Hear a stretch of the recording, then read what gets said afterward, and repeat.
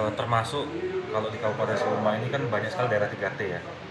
Daerah 3T itu daerah tertinggal, terluar, dan terpencil gitu ya, 3T. Nah tentunya masyarakat-masyarakat di daerah 3T ini walaupun jaringan listrik sudah sampai sana, masih banyak yang nggak mampu untuk memasang meteran listrik termasuk instalasi yang ada di rumahnya. Nah harapannya melalui CSR ini untuk masyarakat-masyarakat yang masuk dalam kategori tersebut bisa kita berikan bantuan nantinya seperti itu. Tentunya pemasangannya nanti gratis ya begitu ya dari PLN itu. Nah kebetulan kuota untuk di Provinsi Bengkulu itu ada 83. Tadi kami sudah berkoordinasi dengan Pak Sekda, Pak Bupati, dan rekan camat yang ada di sini. Kalau misalkan bisa datanya itu ada 83 ya kita usulkan untuk Seluma saja gitu sekalian. Jadi seperti itu kurang lebih gambarannya. Terkait dengan masihnya pemadaman listrik di Kabupaten Seluma, apa yang jadi penyebabnya? Baik, jadi penyebab padam listrik itu sebenarnya untuk di Kabupaten Seluma 84% ya disebabkan oleh gangguan pohon atau tanam tumbuh. Nah, memang kebetulan perlu ada langkah-langkah percepatan untuk melakukan pembersihan tanam tumbuh yang mengganggu jaringan listrik. Kapan rencana pembersihan tanam tumbuh, Pak? Sebenarnya sudah berlangsung sejak lama. Namun ada memang beberapa lokasi yang kami sempat terkendala. Kendalanya apa? Tentunya kendala dari izin masyarakat yang pertama. Kemudian yang kedua adalah kendala jalan atau akses yang menuju ke lokasi jaringan yang terganggu itu memang sangat sulit ya. Contohnya adalah di daerah Sinar Pagi gitu ya. Nah, sehingga pada kesempatan ini kami mencoba untuk sekali lagi bersinergi dengan pemerintah Kabupaten Seluma, dan alhamdulillah kami mendapat support dari Pak Bupati, Pak Sekda, dan seluruh camat, termasuk juga dari perwakilan DPRD Kabupaten Seluma. Selanjutnya kita akan membuat jadwal untuk mensosialisasikan mengenai pohon ini dari desa ke desa dan kecamatan gitu. Harapannya adalah seluruh masyarakat di Kabupaten Seluma ini bisa mendukung salah satu program Pak Bupati mungkin dan program kami di PLN untuk mewujudkan Seluma Trail. Oh itu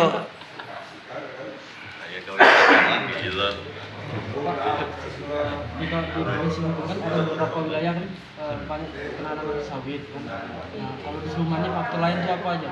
Soalnya di utara kan tergolong normal kan, kita banyak tanam Ya. tumbuh. Nah juga jadi begini ya. Penyebab terjadi gangguan itu tidak hanya pohon sebenarnya. Faktor lain seperti alam juga ada, seperti petir, cuaca yang angin kencang, kemudian binatang juga bisa, kemudian juga peralatan atau komponen jaringan listrik ya yang rusak itu bisa. Tapi memang untuk khusus di Seluma 84% gangguan dari Januari sampai bulan September ini disebabkan oleh tanam tumbuh.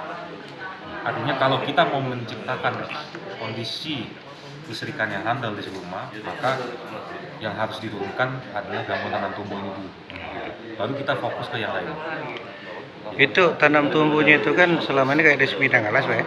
Gimana? Di Semidang Alas sana. Nah, itu sawit itu cuman di ini aja, dibuang pelepahnya aja. Itu untuk ke depan ini apa ditebang dengan sosialisasi kepada Pak Camat tadi? Ya. Apa ditebang istilah itu kan apa sekedar dibuang pelepahnya jadi ada ininya lagi tumbuh lagi ganggu lagi. Baik. Jadi sebenarnya kita tidak hanya berbicara mengenai sawit saja, Pak.